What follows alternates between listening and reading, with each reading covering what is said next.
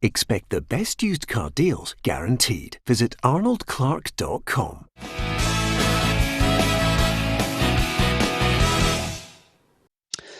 Welcome to Peter and Roughie's Football Show, sponsored by Arnold Clark. I'm Peter Martin. Alan Rough, Darren Jackson and Hugh McDonald are here with me. We're delighted that you could join us on the programme on Facebook Live and, of course, YouTube as well. Any point you want to put to us, then we'll be more than happy to react to it. Of course, the title was awarded to Celtic yesterday, 9 in a row. And coming up in the next couple of minutes, you'll be able to hear from the Scottish Premiership Championship winning manager, because Neil Lennon, Celtic manager, is our one-to-one guest today, with a lot of interesting points on winning the title, on the players over the 9 in a row period that have helped create that little bit of history again for Celtic. So that's on the way. Lots to talk about, including on this day, Tuesday the 19th of May. Well, Hearts fans will look back on the 19th of May with great glee and fond memories of Hampden Park when they hammered Hibs by 5-1 in the Scottish Cup final. And we'll look back on that momentous day. We'll get the thoughts of Darren, who played for both clubs. And over and above that, we've lots to talk about with Hearts' plight to try and stay in the league with reconstruction. And as I look down here at so many other things that we've got to talk about, thank you very much to everyone who's joining us now on Facebook Live. Like, share and follow. That's all we ask you to do on Facebook.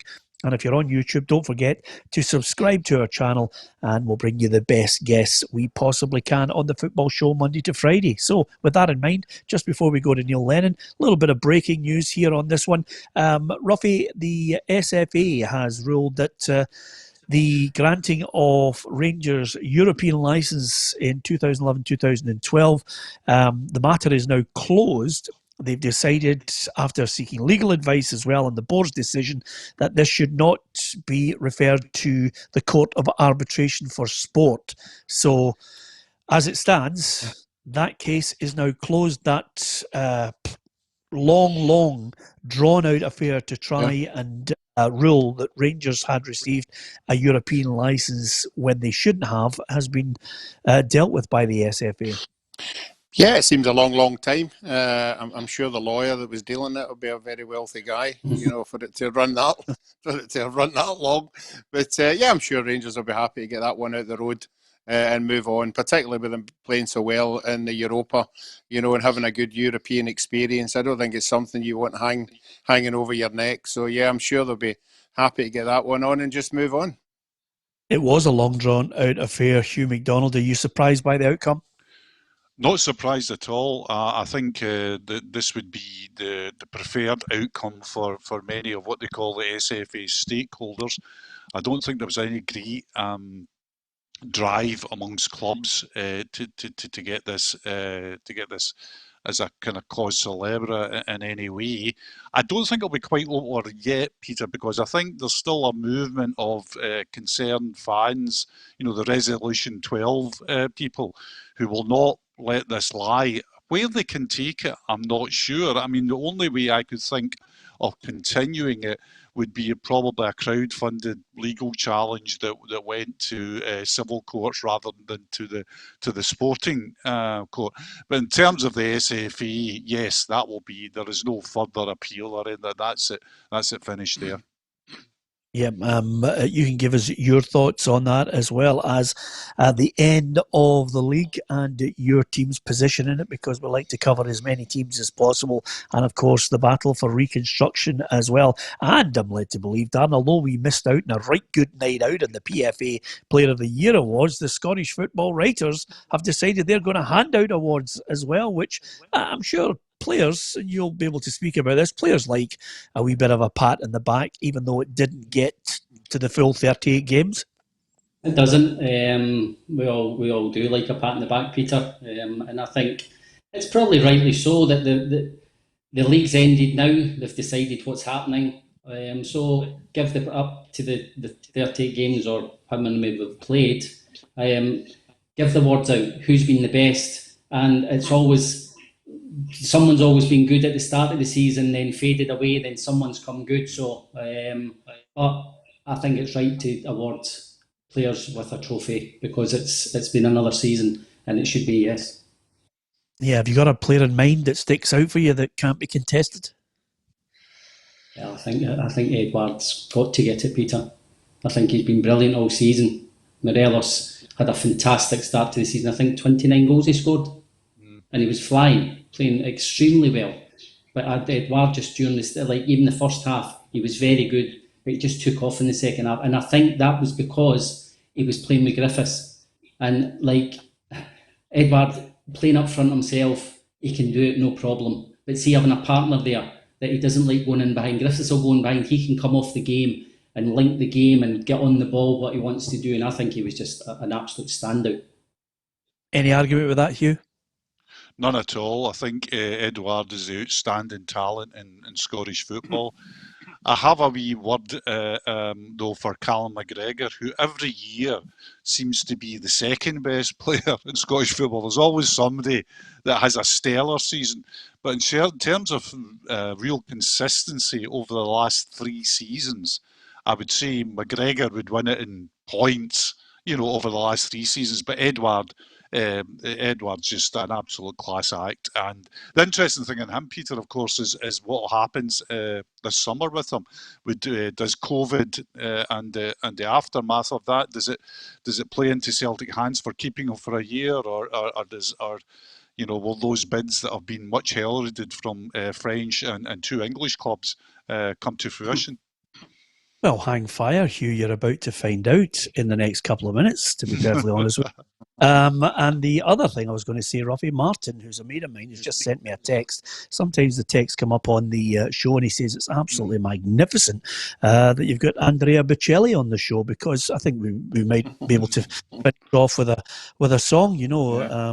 I don't know about you, Roughie, Nessun Dorma, or maybe, one of those classics from the West End musicals would be great to finish off with, wouldn't it? Yeah, I'm sure you could open a poll, and I think you get more than one, lookalike, because he looks like so many people with that the beard. I'm still sticking with Omar Sharif. That's my favourite, I think. Yeah, absolutely.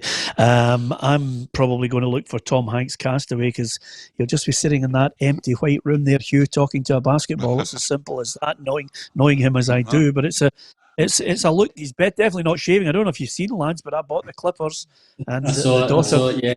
By the way, Peter, people thought there was something wrong with my vision when I was playing, so I could be here. Bocelli.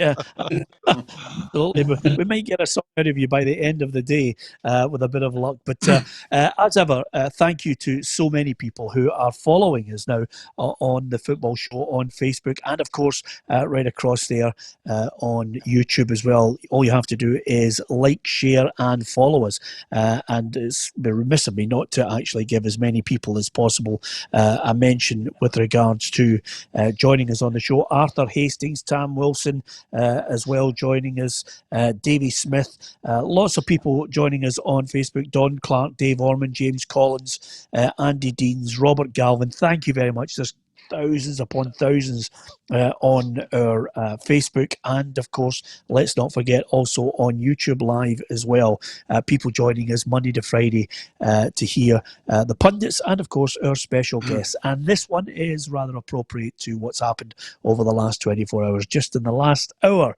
I managed with a bit of technology to catch up with the Celtic manager Neil Lennon. Well, I'm delighted to say we're joined by the Celtic manager, Neil Lennon. Neil, first of all, congratulations. How does it feel being a title-winning manager again? It's fantastic. It's the latest one, to make it 9 in a row. Yeah, it's an amazing feeling. It's something that that was our main objective at the start of the season. And it's been a great season for us on the pitch. Unfortunately, the season's been curtailed by circumstances out of our control, but it's still a momentous achievement by the players and previous managers on this run. How does it feel to you to be part of Celtic's history in the same light as Jock Stein, as part of something that's 9 in a row? Absolutely amazing, Peter. It's something I've thought about, dreamed about, when I took on the job in 2010, and then obviously coming back last year. The second time round was while the team was very good, it was hugely pressurised situation following on from, the exploits of what Brendan had achieved. And I had to try and endeavour to carry that on, and you're under the spotlight, under the scrutiny, consistently, week in, week out. We ended up, the players responded magnificently for me. We got the treble, then I got the job permanently, and, it was a real privilege again to get it the second time around. So I wanted to make the most of the opportunity again, and I've been delighted with the performances this season. Really delighted with the Europa League run. Obviously, winning the League Cup was another highlight, and then to go on the consistent run we had in the second half of the season, the style of football, the volume of goals, the entertaining, fast-flowing, goal-scoring form that we're in, it absolutely delighted me. I can't speak highly enough for the players and also my backroom staff who, they're so professional and their work ethic is, absolutely brilliant. And I've learned a lot from them. Not only the players, but my backroom staff as well. And, it's been tough. I'm not going to, say it's been easy, but it's very, very satisfying.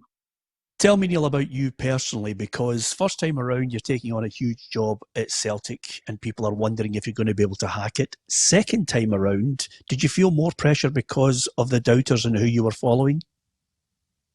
Yes, no question. There was a lot of questions asked about my, CV to get the job the second time around off the back of, what was, pretty successful, almost pitch perfect period under Brendan, domestically anyway. So yeah, it was I had a lot to prove to people, but that's the nature of the job. It's not a popularity contest sometimes, but I think of one, the doubters over. I think the style of play has been good, and we have improved, and that's not obviously all down to myself, but that's down to the players and the work that we've put in together. But certainly, I'm absolutely delighted with the way things have panned out over the last 18 months or so.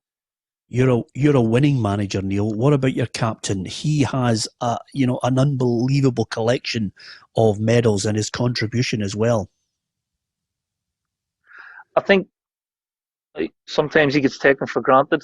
I think that the team gets taken for granted. This is our 11th domestic trophy in a row, which is quite incredible, really, when you think about it. But he is such a iconic figure now with the fans, and he's earned it.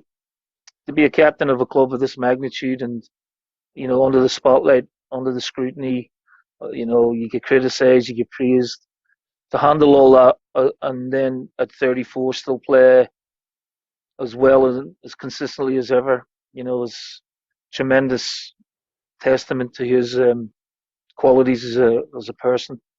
The respect he has in the dressing room is fantastic, but he leads by example, whether it be on the training ground or whether it be in the throes of the game. And he's really matured and grown into, an all-round, top class midfield player. And for him to captain the team throughout this run for 9 seasons in a row, he'll go down in history as one of the greats. Sometimes managers and players will tell you they learn more in defeat than they do in victory. On December 29th, was there a worry in your mind that this wasn't going according to plan? And were you wondering if they had the mental strength to see themselves through this? Not so much the mental strength. I was concerned about the League Cup final, and obviously we won it, but we didn't play well. And then, losing at home, the Rangers at that last game before the break. So there was obviously things to analyse. We looked tired. We looked a little bit jaded towards the end of the month, which is understandable.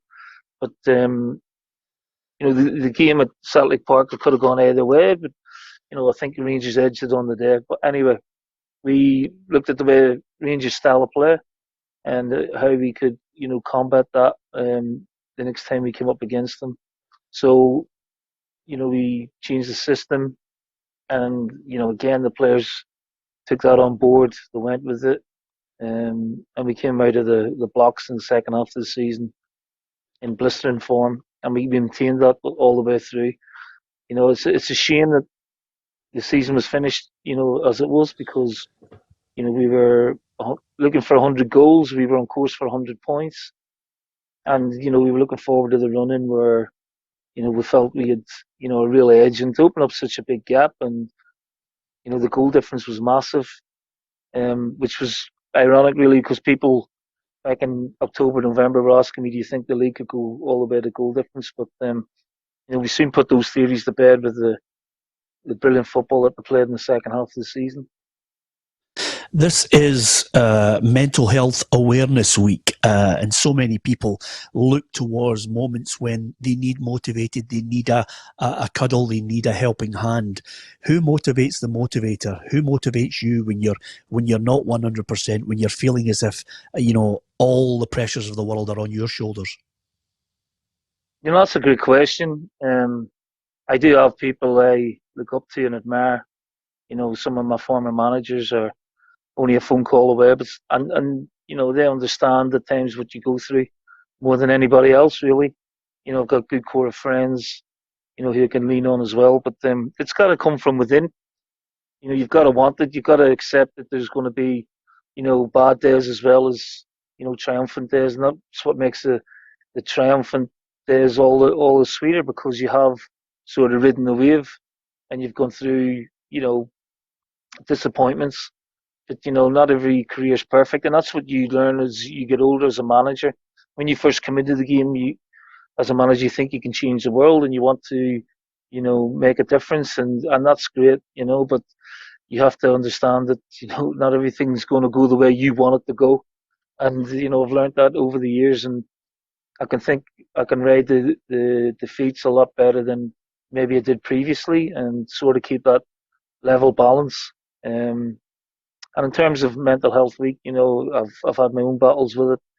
And I saw Craig Bellamy talking about it yesterday as well, and I thought that was, brilliant of him to come forward to show people out there that, it's not just yourself who may be struggling. There's millions of us around the world who, suffer from time to time from whatever types of depression that are out there, and it's always brave to step up, accept what you have, and try and get help for that.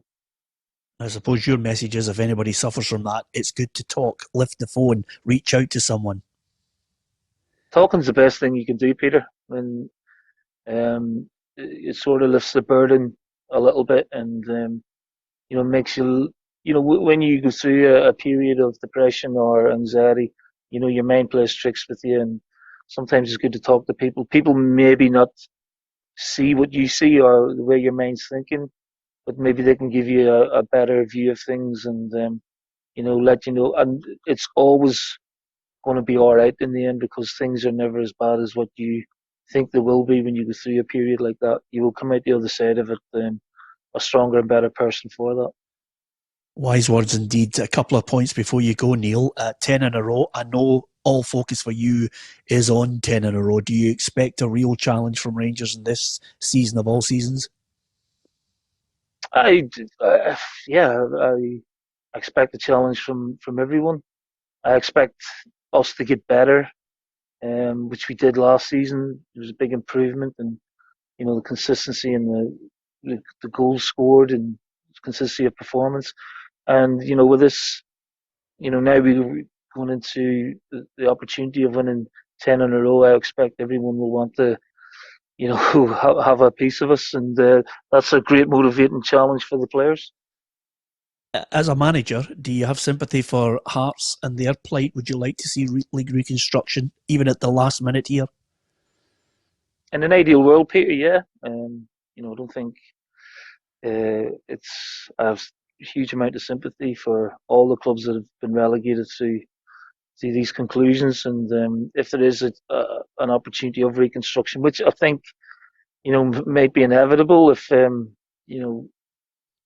things keep going the way they're going and we don't get the football back, then there might be just cause for the league to look at it and say, yeah, we can maybe have to reconsider things a little bit. But yeah, we wanted to win the league on the pitch. I'm sure Hearts wanted the opportunity to fight for their place in the Premier League. Whether that gets voted in remains to be seen. The best proposal was the one that came to an eventuality, and there has to be winners and losers. Whether we play the games or not. I've been watching the documentary The Last Dance with the story of Michael Yeah, Jordan. The Chicago Bulls is absolutely magnificent. The psychology in that, incredible. Do you get the point now where you're looking at a really strong squad and hope that even in the economic situation we're in, that you may be able to bolster that squad one or two from a position of strength? yeah. I don't think we need major surgery or major rebuild, or I'm really happy with the main core of the squad. Obviously, if there's an opportunity to bring one or two in certain positions, then we'll certainly endeavour to do that. The problem is we don't know how the landscape's going to look from day to day, from week to week. We don't know how long the transfer window is going to be, and how the market's going to look. I think if it does eventually open up, it'll be a buyer's market. So in that instance, you certainly don't want to sell in a buyer's market, and maybe look to get one or two bargains along the way that'll sort of galvanise the squad and improve it. I'm reading into that. That's good news. Is Edouard staying then in your mind? You're not letting him go? I'll have a lock on the doors. To be fair to Odson, throughout this whole lockdown, he stayed in Glasgow, and he had the opportunity to go back to France. Like Ollie and Cham went back, and a few of the guys went back to Norway and Australia and elsewhere. But Odson, decided to stay in Glasgow, which for me bodes very, very well. And yeah, we've got him on a good contract. We've got McGregor and Ayer on good contracts.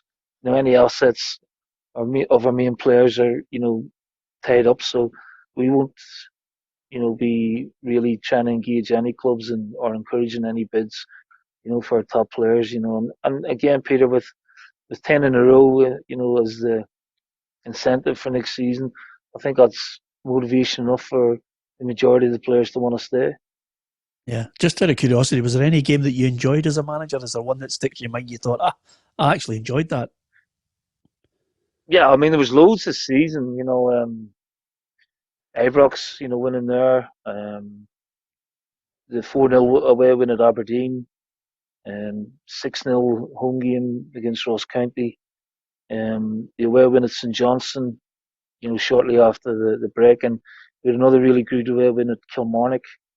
And then obviously, you're looking at the Rangers, some of the Rangers games and the Europa League run. The highlight of that was obviously winning in Rome, which was just magnificent, and the reaction the players received from the supporters afterwards, just put the hairs up on the back of your neck, and that's what we live and breathe for. You always want more. That's the real addiction of either playing or managing, to get those special moments. So yeah, that was. There's many games this season where I've been absolutely delighted. Even the 2-2 game against Livingston on the plastic pitch, where Livy are such a tough nut to crack. The way we started the game great, then we found ourselves 2-1 down, and then for the last half hour we bombarded Livingston and played some great football on a really difficult surface, and again the mentality of the team shone through that night. So yeah, there are a lot of highlights this season, especially in the league. I know the good thing about you, Neil, is you're never about the individual. You always try and emphasise the collective. There must be a special mention when you think about all the people that have contributed over the 9 years of this unbelievable run. Yeah, well, the two that spring to mind straight away are Jamesy and Scott Brown, who've been there from the start of it. It's a magnificent, personal achievement from both of them. I think of Michael Lustig, Charlie Mulgrew, and the likes of Musa Dembele, Kieran Tierney. There's a list as long as your arm of players who've made a huge contribution, and also the two managers alongside myself, Ronnie and Brendan, who made this happen as well. So I've got to pay tribute to those two as well, because I know at times how difficult the job can be here. Yeah, and the last point is, when you were a player, you were in a dressing room where everybody could hand out a few pelters here and there. The patter was absolutely magnificent. Is there anybody in that current squad that gives you short shrift? Oh, there's plenty. There's plenty. Yeah, Ayer's not shy in coming forward. Johnny Hayes has a little. He's a silent assassin, Johnny. Like, he mumbles under his breath, so you can't understand what he says. But he's quite quick with the odd retort here and there. Frimpong's a character, as you've seen already. But in a nice way. There's no maliciousness about him. But yeah, I mean, it's a different culture now. Socially, and obviously the way they've been educated either at school or through football. To what my generation was, 20 years ago, and again, that's something that I've really learned to adapt to. And the hairdryer treatment is, becoming a thing of the past, and it's more about cajoling and persuading more performances out of them and getting the best out of them now. Listen, first of all, thanks very much for coming on. It's an absolute joy and always great to get a wee insight from you on other issues as well. Congratulations on the 9 in a row, and from everyone in the Football Show, thanks for coming on over the seasons and contributing to it, and good luck for next season. Thanks, Peter. Take care. Yeah, what do you make of that, Hugh? He's a great talker. But he's a great doer as well, Peter. And I think the bold and frank way that he accepted the pressure. People forget, just what was on the line when Neil stepped into the job at the end of the last season, when Brendan Rodgers upsticked and left.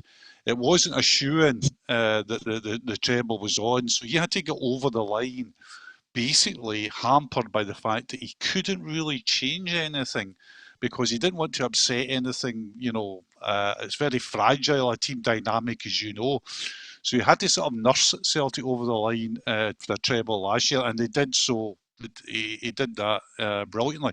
But this year, I think the great point and the great answer to the question in the interview was that the crisis, and it was a crisis at Christmas when the Celtic lost at Celtic Park, and Rangers then looked like real genuine challengers.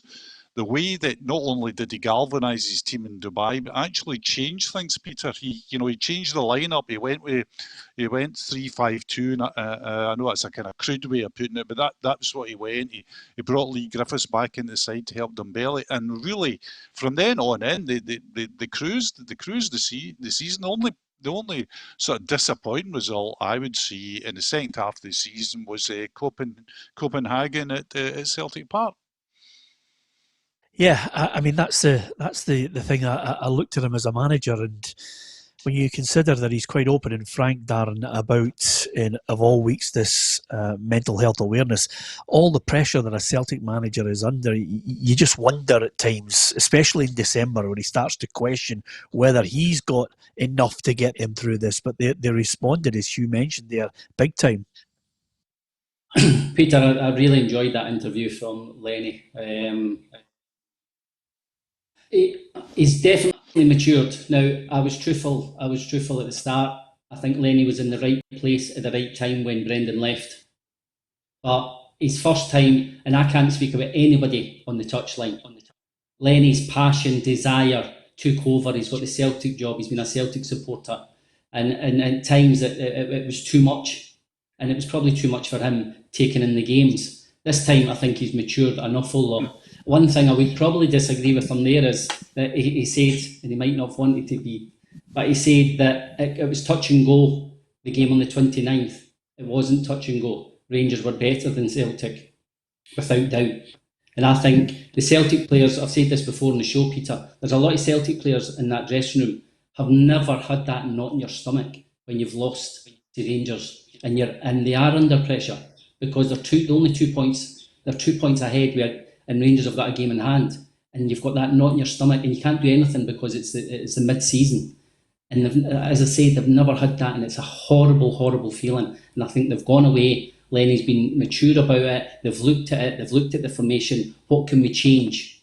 Rangers have changed to combat Celtic. What can we change? and he's changed to a 3-5-2, and it's been brilliant. And he's played two boys up front that naturally score goals, and he's got boys in positions, the Rodgiks and the Christies and all that, can come in and play off the front and all that, and they were brilliant to watch. And I think Lenny's been an absolute credit since he's been back.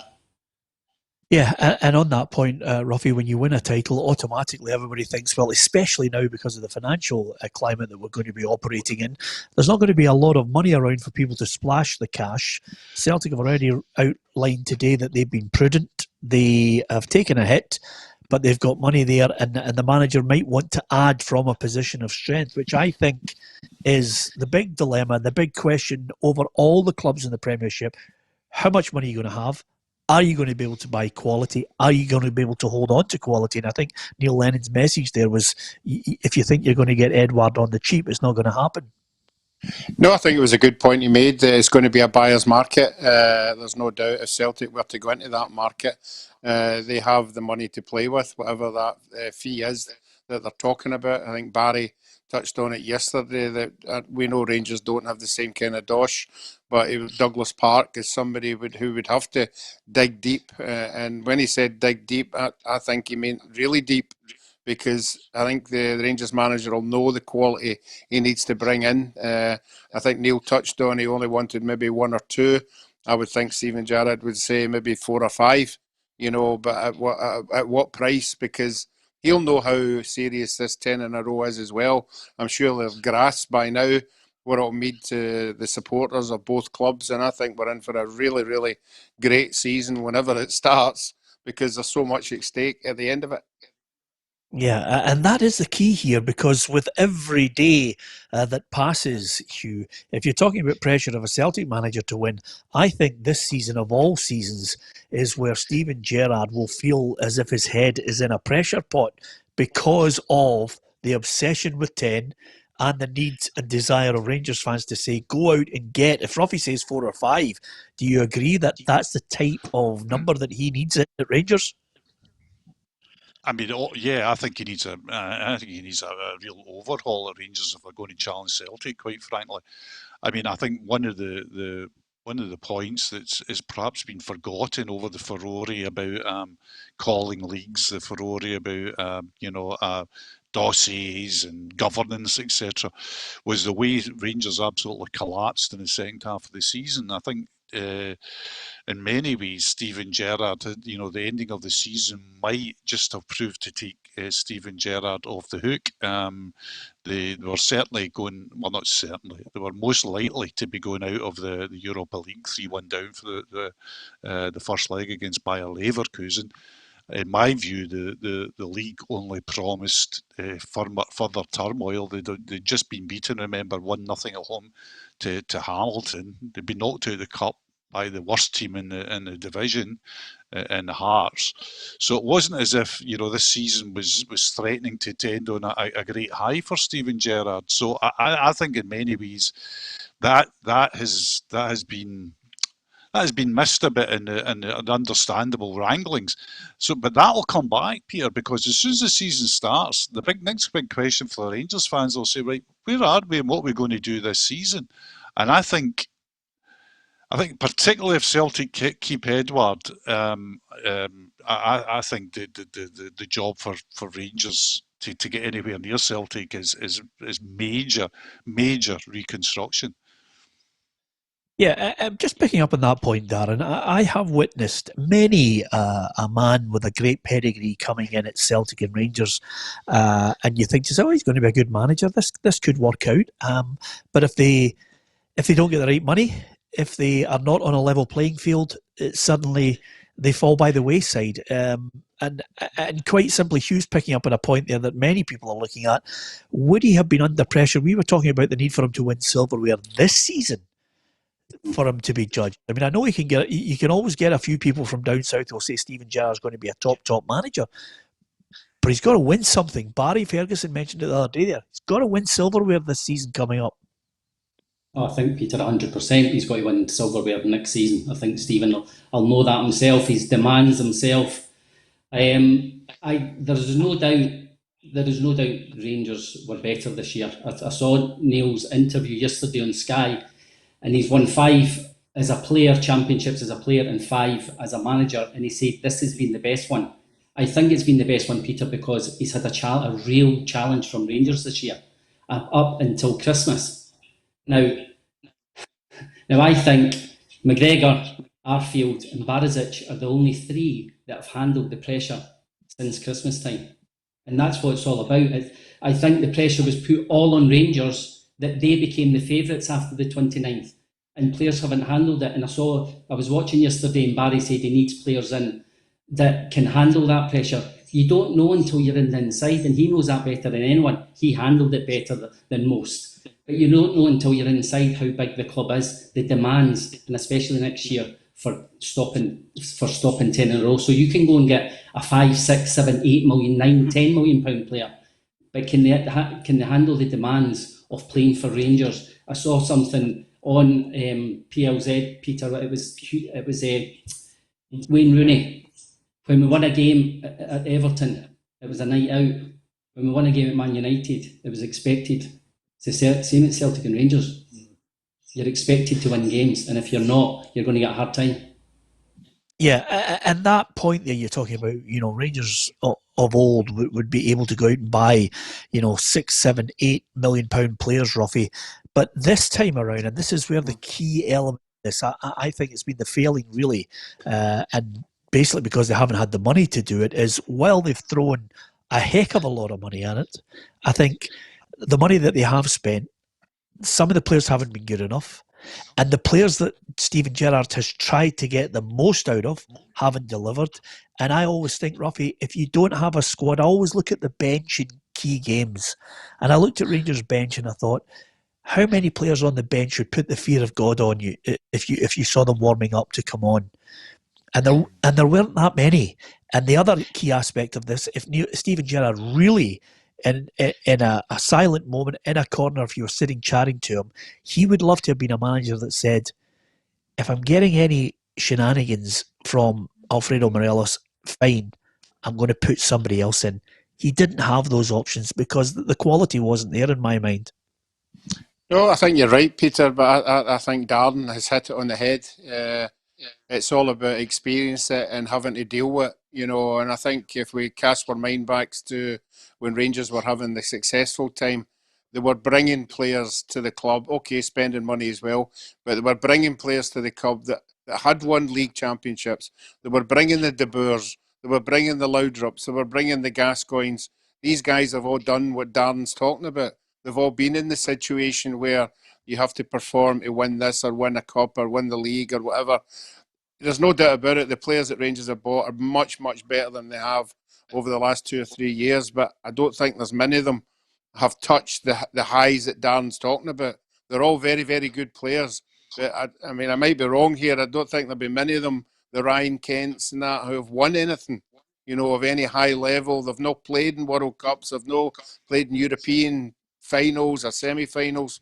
And that's the kind of player I think he needs now. He needs, I don't know how he's going to do it, but he needs players who have experienced what it's like when it gets to the turn of the year, when it really gets tough. They know how to handle it. And I think we've all seen that's what Rangers' failing has been this year. I'll tell you, if you think pressure's 9 in a row, Hugh, I'm unbearable at 10. Absolutely. I'm going to let Darren in here. Darren's got a point. I'll come back Peter, to it. I think you're 100% right. I think good teams, you always look at your bench. And Celtic, when we're struggling in games, you've got Ncham, you've got Rogic, you've got El Yunusi, you've got Johnny Hayes sometimes on the bench that can come on. And you're right, when you look at when you're looking at the big teams in Europe, you look at their bench, it's incredible because they can change it. And I do think that was a problem this year, that Stevens 11 were a good side when they were playing. Changing it was hard. Yeah, I think that was the key point on it. Hugh. Yeah, I think the other key point, Peter, was recruitment. Recruitment's been poor. There's no other word for it. Yes, there's. I think Ryan Jack was a great addition to Rangers. Barry's injuries, he's played well. Obviously, Morelos for £1 million from Finland's been good, but others have been you question, Hastie's, Jordan Jones's. You question Defoe. I mean, the amount of money Defoe's been getting from Rangers, is that cost effective? You even question Ryan Kent. Yes, he's had good games. Yes, he's been on a couple of occasions. He's been very good against Celtic. But long term, has he been the game changer that the Rangers didn't really needed? I don't think so. I think Rangers' big problem this year will be money. We can see Douglas Part needs to put his hand in his pocket, but Douglas Part might have other problems at the moment. There's not that many people buying cars or hiring coaches at the moment, Peter. So he's got a real business to run and people's livelihoods to maintain in his business empire. It's not an ideal time to look for a saviour that way. So yeah, there's going to be one thing with Rangers is, first of all, they're going to have to see what their precise financial position is, and then if there is money, it has to be spent much more wisely than it has in the past. Yeah, because as you pinpointed there, Hugh, you mentioned a number of players, and it's one or two games. It's not a consistent I've had a great run of 10 games, I've scored relentlessly. And the one man who has scored relentlessly has created havoc in the background. If it's not his own disciplinary problems, it's a situation where he just seemed to have thrown the dummy out of the pram at some point and never kicked a ball again after December. And of course, the big thing that was hanging around his neck was he couldn't score against Celtic. I agree with you, Roughie. I think 4 or 5 players, and 4 or 5 right good players, is the only way Rangers are going to stop Celtic winning 10 in a row. Yeah, I think so. I mean, Hughes touched on it there, the players that Celtic have in reserve. And I touched on it yesterday. There's 3 players that Celtic signed about a couple of months before the everything kicked in that we haven't really seen. We haven't seen the Polish boy up front. The Egyptian fullback has had 4 or 5 games. These are fresh players. These are players that, the Celtic supporters will be dying to see, and Celtic don't need to spend any more money. They've got the players there already, and I would be surprised if Celtic do bring in more than 1 or 2, because I do believe he thinks he's got enough there. As far as Rangers are concerned, yeah, I think they need more quality. But again, we keep speaking about Rangers' money reserves, what they've got and what they haven't got. I think the supporters will be doing that as well. The supporters will be going, right, season ticket money, that will be used to finance it as well. Will there be an investor coming in? So for me, I mean, sometimes we spoke on the show, how much money do the Rangers really need to get back up there with Celtic? And we're away up at 70 and 80 million pounds. And in this state, what everything's going on just now, that's just not feasible. So I think the whole situation is going to be a massive hindrance for Rangers to try and catch Celtic. Yeah, just a lot of people posting messages with regards to the Neil Lennon interview. And again, don't forget, if you've missed it, you can catch up with it later on Facebook Live and YouTube as well. One point that Neil Lennon did make there, which of course was the heart situation. The longer this goes on, maybe, just maybe, Hugh, there might be just a change of heart. That clubs might embrace it. I think that door is not even ajar. I mean, it's the smallest space ever now for somebody to actually agree to Anne Budge's request for reconstruction. I'd like to see it. I make no bones about it. I don't know if there's enough to get her through. I don't think so. I think it was a dead duck from the day it was proposed, and to be fair, we said that in this show. It was almost. Not quite a fool's errand, but certainly it was almost mission impossible to get this through, because what it is, Peter, about eventually, it's all right people saying, if fans had to vote, they'd vote for reconstruction.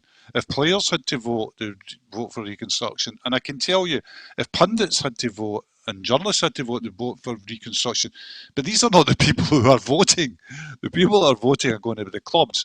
And clubs do not want their money diluted. They will not vote for something that dilutes money, especially now. The only way I can see reconstruction in the immediate future is if clubs go to the wall and suddenly there has to be an actual shuffling of the pack, Peter. But I don't see it in any 14-14-14 way. And and I'm really quite sad about that. Mostly for people getting relegated. When on a curtailed season, and most importantly for the pyramid system. I'd love to have seen clubs like Brora and Kelty, who are very ambitious, get a chance at least to get into the SPFL. Yeah, despite the fact that Anne Budge and the players have come out in the last 24 hours as well, a number of players have been commenting they're backing Anne Budge in her plight, Darren. That, for me, takes her down a road to spending money that Hearts can ill afford.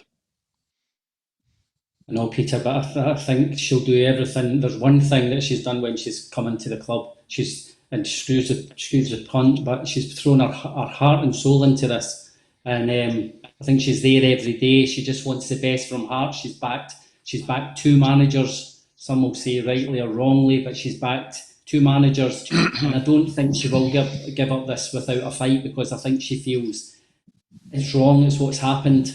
And if there is a glimmer of light, I think she will go down that road and she will fight to the end, because that's just the way she is. She looks a strong woman. She looks a very good businesswoman, and there's no way that the money that she's put in and the fans have put in, because I think she appreciates what the Hearts fans do. There's no doubt that she'll fight right to the end. Yeah, well, if there is anything that the Hearts fans can smile about, and it's been difficult, this is the 19th of May. And of course, on the 19th of May, Hearts fans look back with great affection to a Scottish Cup final when they come up against their old rivals Hibernian. And this is how it all panned out. On this day in 2012, Hearts claimed their 8th Scottish Cup win after thrashing the 10 men of Hibernian 5-1 at Hampden Park. Hibs were bidding to end a 110-year wait by winning the Scottish Cup, but it was Edinburgh rivals Hearts who strolled to their first final win in 6 years. Darren Barr's first goal for the Jambos and a strike from Rudy Scatchell gave the Tynecastle side a comfortable lead.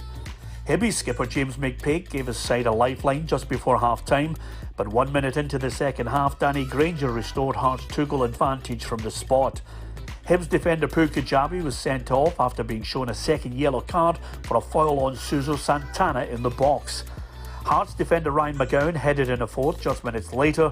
Rudy Scatchell claimed his second of the game to compound Hibernian's miserable afternoon.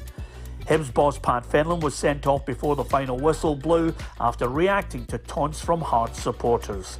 It finished Hearts 5, Hibernian 1. Yeah, it was one of those days, Roughie, if you and I frequently would spend a lot of time in Edinburgh, that 5-1 gesture was something that was, you get into clubs and pubs up and down the country, that's all they were obsessing about. There's nothing worse than going to a cup final and losing against your great rivals. Yeah, you're right.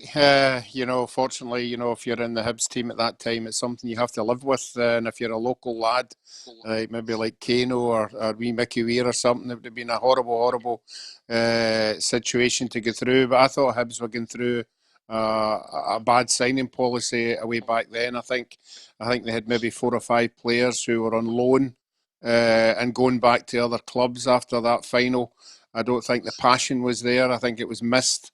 And they suffered for that. But I mean, obviously Hearts were very good on the day. But if you're playing in a derby game, you don't want to be in the end of a 5-1 because you'll never ever let it go. What was the biggest amount, Roughie, that you get absolutely battered with when you were in goal at Hibs? Go on, tell me. I think it was 1-0. I think. There might have been a 2. There might have been a 3. I don't think there was a 4. I don't think there was a 4, but I'm sure you'll tell me if there's a 4. That boy will be on it right away. What's his name? You'll be on it right away. Jim Ross will have the statistics. He'll be on it right away. What about a Glasgow derby, Roughie? What about a Glasgow derby? Many GGOs in a Glasgow derby. Do you mean a Partick Thistle Clyde game or something like that? One of these ones. Even for example, a Partick Thistle Celtic one, for example. Is that classed as a derby? Is that a derby? Derby, for God's sake, of course it is. It's on record, unfortunately. Unfortunately, my defence let me down and we lost 8 goals. Was it 8-1, Roughie? I think it was 8-2 or something like that. I think it was 8-2. Yeah, but I think it was two each at half time, I think. Yeah, what age would you have been? Good one, no, that was Dixie's day. That was Dixie's day when he scored the six. Scored the You six. must have been about 18, 19. No, I was well on in my career there. No, I think that was run about. Yeah, I think that was run about 70, 77, 78, something like that. 77, 78. So It wouldn't have been an excuse anyway if I was only 14 or 15. I was him. He was warming up Peter for Kubias. He was warming up for Kubias. That was what he was doing. That's quite interesting, Peter. I wonder what year that would have been. Yeah, that might have been.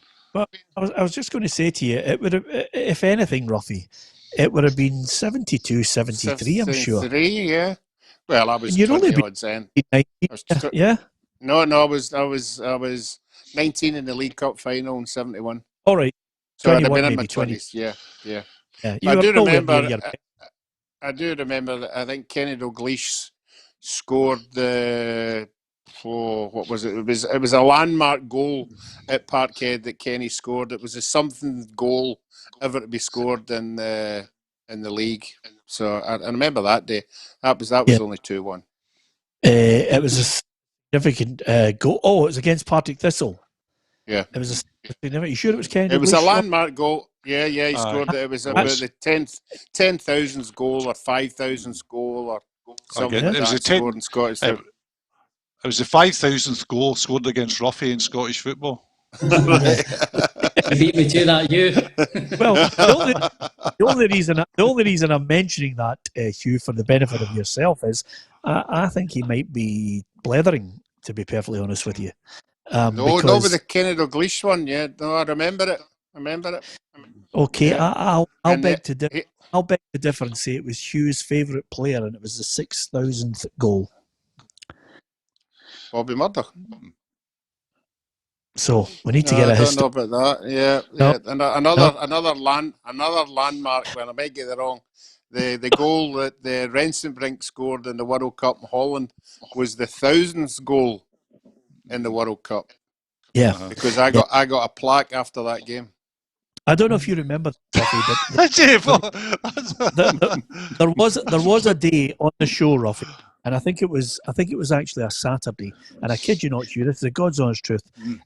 Roughie was sitting in the studio on a Saturday, and I think Frank McAvenny was with us and Gordon Smith, and Roughie going into a break, suddenly came out with just a whole raft of statistics.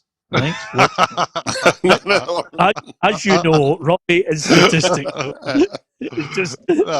That requires preparation. So he came out with this whole raft of statistics on games and players and things that he was talking about.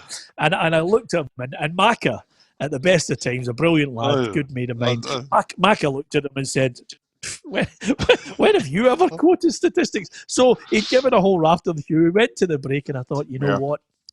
It's so unusual in our 8-9 years together. I'm going to go and check what he's just said, and it was a pile of nonsense. But he said, "I'm sure I read it somewhere," which leads me to believe that Bobby Murdoch scored the 6,000th goal, and it was a game against Partick. So I'll come back to you on that one, Roughie. Anyway, no, but definitely, right. Yeah, no, the one thing I was going to say, I'm not going to, we're trying to let you off the hook, Roughie, but let's get Robinson Crusoe and see if he was on a heavy defeat. What was your worst defeat in an Edinburgh derby, Dan? Peter, my last game for Hearts, I lost 6-2 at Easter Road. Mixu scored a hat-trick. So that was a good memory, my last game. I think Russell Latapy scored for Hibs in that game as well. Russell scored that game as well, yeah. Gordon Judy, I think. I'm almost positive Dukey scored to make it 1-0. Yeah, because by the way, because I remember I was commentating for STV. Yeah. I was subbing. I went on too late. I would have probably saved the game if I'd been put on earlier. Yeah, absolutely. You're absolutely right. I remember looking at their bench and thinking, Darren could save this. Lots of people, David Fraser, Charlie Boyle, Jim Gallagher as well, Marion Christie, lots of people, Brian Cummings, James Thompson. Thank you to everyone for obviously joining us. Newell Jones, a big Rangers fan, always joins us and gives us his opinion as well. It's really good to hear from so many people on our Facebook and of course on our YouTube channel as well. Willie Gibson, Ray Finkel and Leonard Gaffney. There's lots of people who want to comment on YouTube as well. So we appreciate the fact that you're sharing and following us and of course subscribing on our YouTube channel. Just interestingly enough, as the season ends yesterday, I was going to give you a quick look at the top scorers in the Premier League as it finished. And there you have it. So are we being a wee bit unkind? I was wondering if you were being a wee bit unkind, Hugh, to Jermaine Defoe. Morelos had a goal behind him, and on 12 there was Doidge, Christie, Cosgrove, Forrest, McGregor, Dykes and Griffiths, with of course Edouard at the top. If anything, I think probably the antics of Morelos derailed Rangers more than anything else. Defoe at times picked up the odd injury, Hugh, but I think the main culprit for me was Morelos. Absolutely, Morelos. Not only Morelos' lack of goals in the second half of the season, but if you're thinking about behind the scenes, there seemed to be a complete schism in the Rangers dressing room. I know that's been denied, but other sources, have confirmed that everything wasn't right.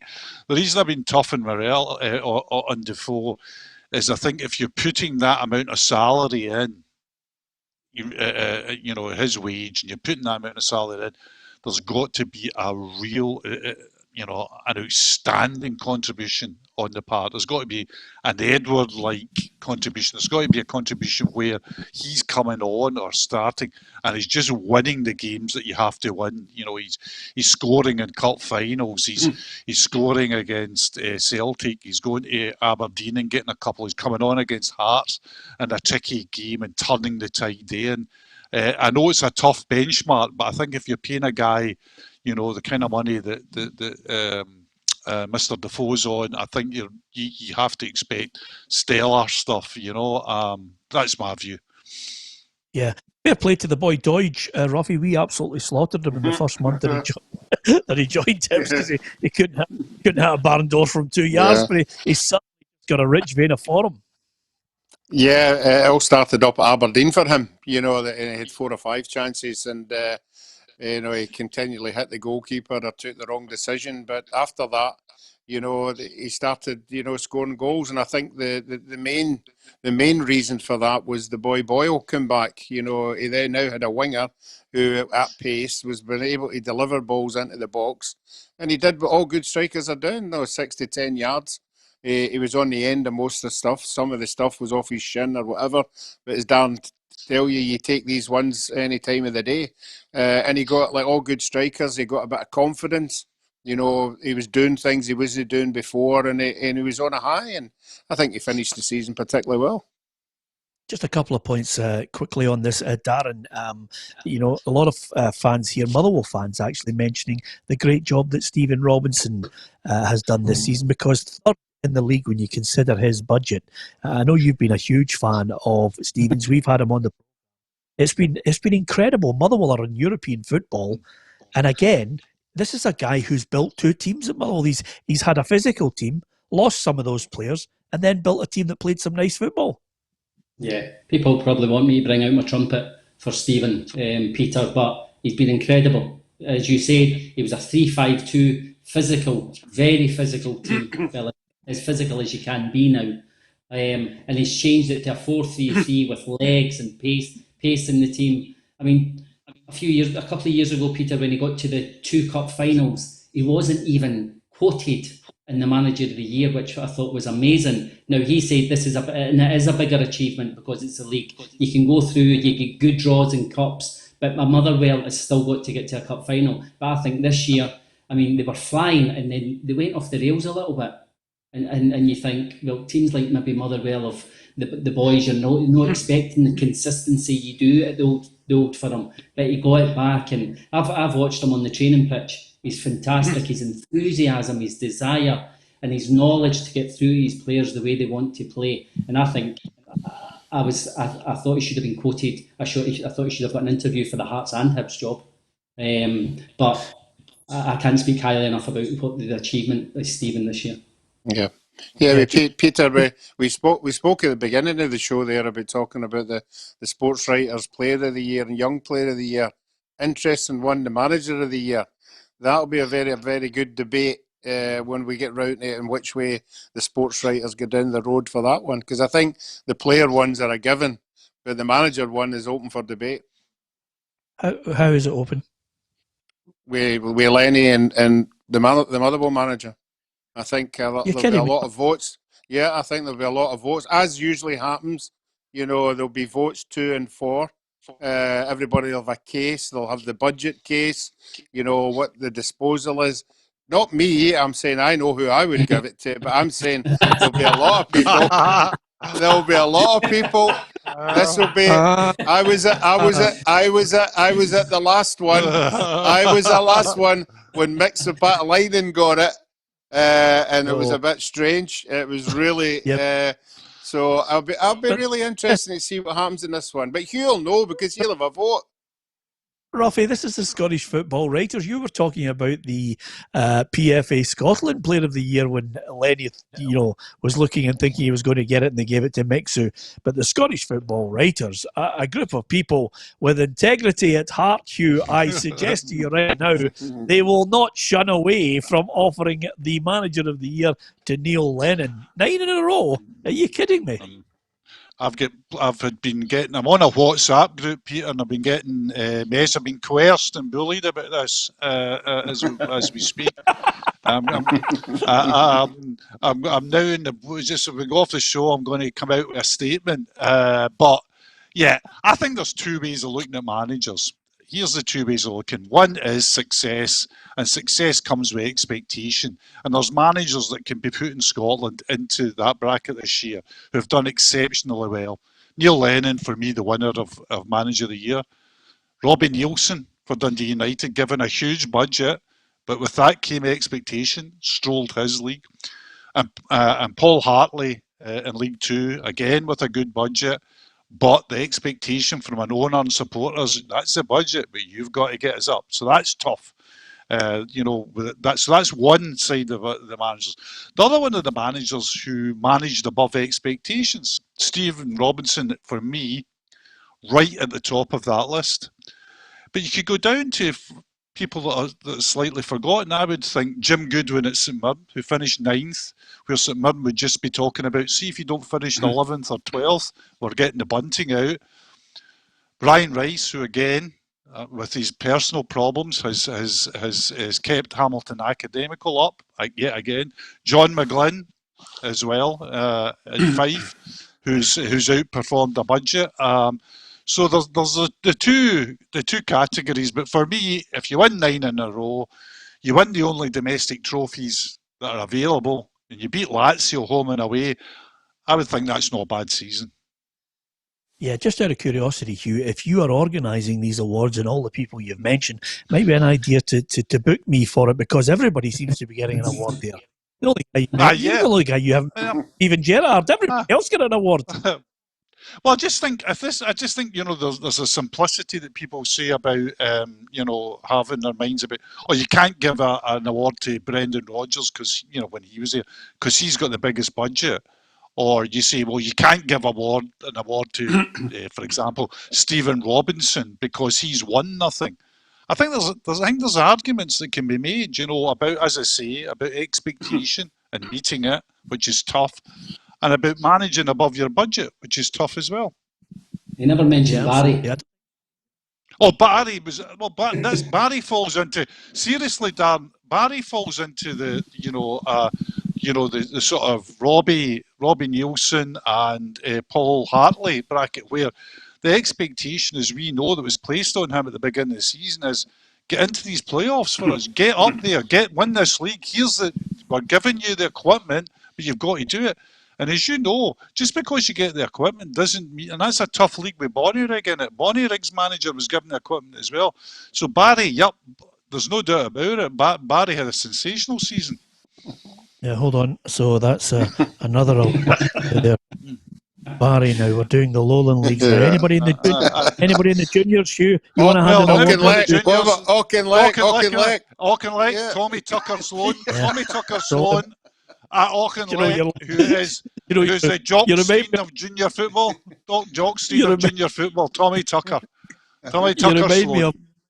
Going to the school and everybody gets a medal, even if they finish 35th out of everybody in the race. Nevertheless, well done, Hugh, on that. Just a little footnote. Thanks, Roughie, for that. You threw a grenade in and then just took a wee step back and never bothered contributing there. I don't notice exactly what you did there. Just a little footnote, and it's a serious one, Roughie. Partick Thistle obviously have informed some of the players that this relegation now could result in, some players facing 50% cut in their wages. I think is that a clear indication that Thistle, like so many other clubs now, are having to cut their cloth accordingly?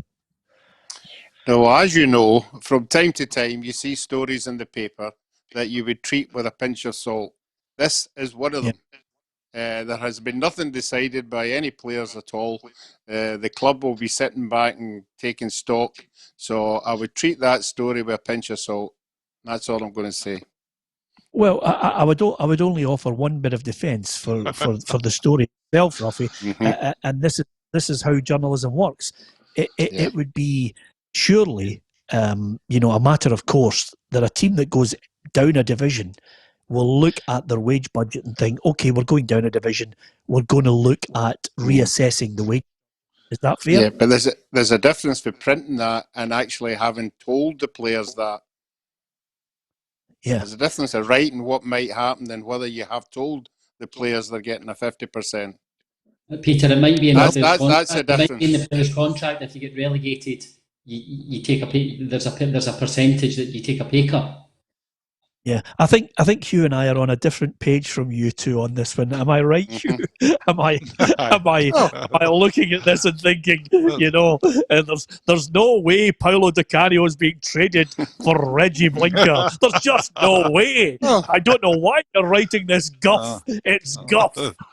No, I'm not saying they won't be taking a pay cut, but whether the chairman or the board say to the players, you're going to have to take a pay cut, there's a good chance it will be in their contract that they are getting a pay cut if they get relegated. But there's also a good chance that a board will look at it and say, wait a minute, we're getting down a division here. Of course, we go down the division, of course. Anyway, Roughie, fantastic denial there, but nevertheless, we're standing by the story at the moment until eventually the journalist who wrote it phones you and says, there you are. Take one of those on the chin. Yeah. Anyway, well, you can either take it from him or take it from the woman at the top. Oh, there you are. Suddenly, 8 years ago, statistics. Now he's got an iron rod in punditry. Just a steely look there. I don't know if you spotted it. Oh, very much so. Oh, that was sensational, Roughie. Magnificent. Anyway, and tomorrow, don't forget, get your papers where you can read I'm raging at taking a 50. There's the players. That's how it works, isn't it, you? Let's see. This out. Anyway, apart from anything else, good show. Thoroughly enjoyed Neil Lennon. Thought it was a great chat from the manager, getting an insight into him personally, Hugh, as well, which I think sometimes it's all too difficult to get that little insight into the pressures that he's under. Yeah, I thought there was several really good strands to the piece. I thought the stuff about pressure and reacting under pressure, I thought the acceptance that something had to change within the club after the poor result against Rangers, and I think he's made a really pertinent point about going forward as well. I think I would have been very certain round about February that this was Odsonne Edouard's last season at the club. I think that would have been, that wasn't just my own opinion. I'd taken soundings from people close to the situation including the players' camp, and I thought that it was pretty certain that he would leave in the summer. I'm no longer that certain, Peter, because of the economic situation in the game, the way it's changing. I thought it was a lovely little nugget that he gave us, that Odsonne Edouard actually stayed in Glasgow for the whole of the coronavirus crisis, and obviously is going to stay on. And I think that's quite significant, Peter. Yeah, absolutely. It tells you about a player's frame of mind on this as well. Although on the flip side of that, Cham went back to France, so he's off. Anyway, see how the mind works on this. Thank you to so many, James Pollock, lots of people, Niall Kane, and so many people on Facebook who've joined us for this.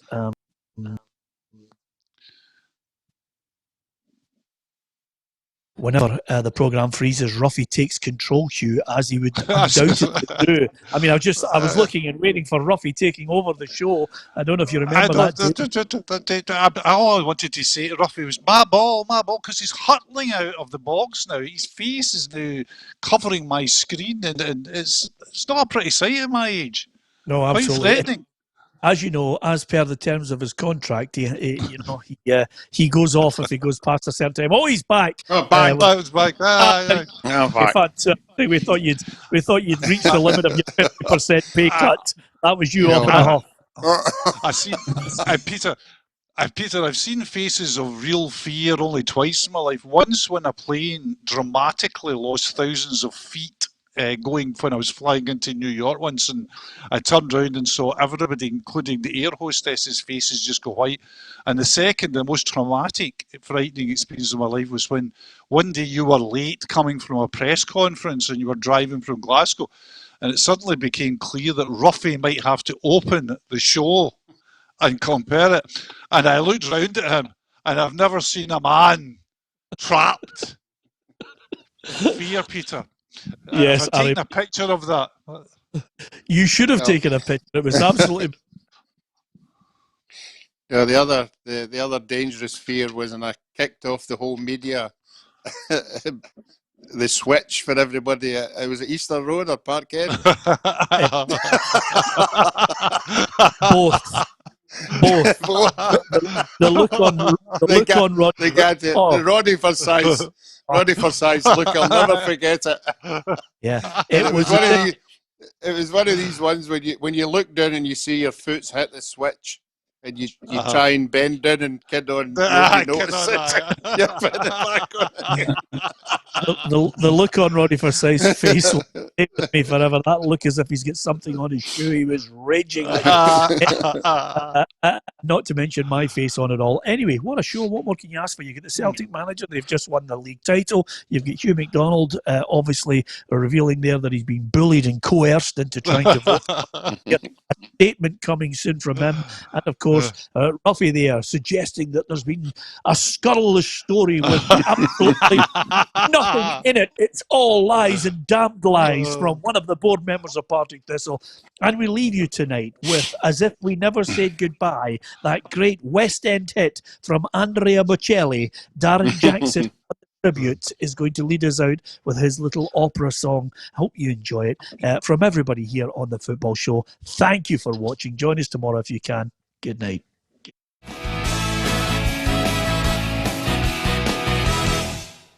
Expect the best used car deals guaranteed. Visit arnoldclark.com.